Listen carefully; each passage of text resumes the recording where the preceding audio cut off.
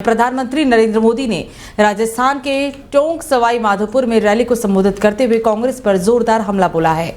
उन्होंने कहा कि कांग्रेस आपकी संपत्ति छीनकर आपके खास लोगों में बांटने की साजिश रच रही है। कुछ दिन पहले राजस्थान आने पर भी मैंने यही बात कही थी।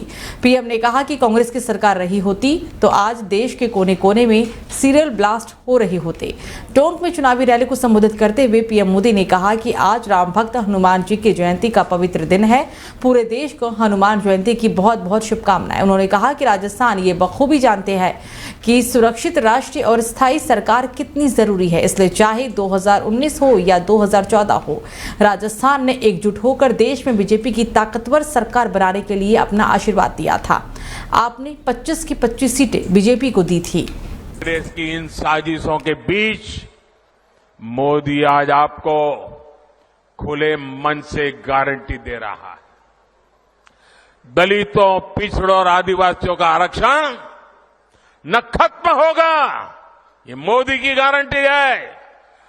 आरक्षण न खत्म होगा और न ही उसे धर्म के नाम पर बांटने दिया जाएगा।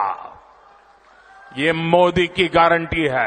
तो केंद्रीय मंत्री ज्योतिरादित्य सिंधिया ने मध्य प्रदेश के पूर्व सीएम कमलनाथ और दिग्विजय सिंह पर निशाना साधते हुए कहा कि अगर 2020 में सरकार नहीं गिराता तो लाडली बहनों का पैसा दिग्विजय सिंह और कमलनाथ की जेब में चला जाता। इसलिए 2020 में कांग्रेस की सरकार गिराकर पैसा बनाने वाली मशीन के तार काट दिए। ज्योतिरादित्य सिंधिया के बयान पर पलटवार करते हुए दिग्विजय सिंह ने कहा कि सिंधिया कहते थे कि यदि किसानों का कर्ज माफ किया जाएगा तो वो सड़कों पर उतर जाएंगे, लेकिन सड़क पर उतरने के बजाय वे हवाई जहाज में बैठे गए हैं।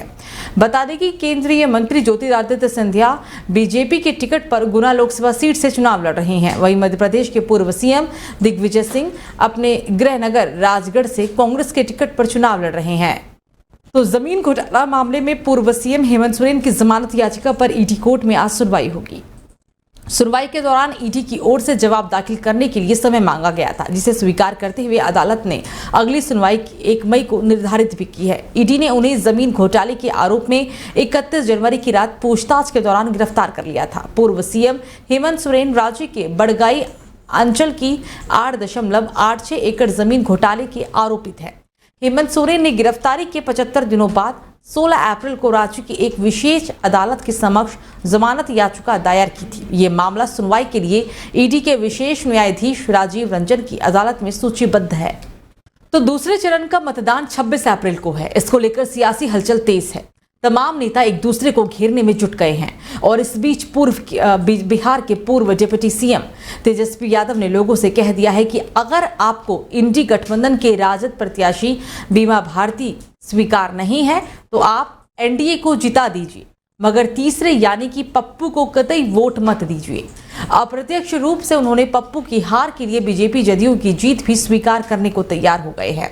तेजस्वी का ये वीडियो इंटरमीडिया पर लगातार छा गया है और इस पर बीजेपी नेता गिरिराज सिंह ने प्रतिक्रिया भी दी है।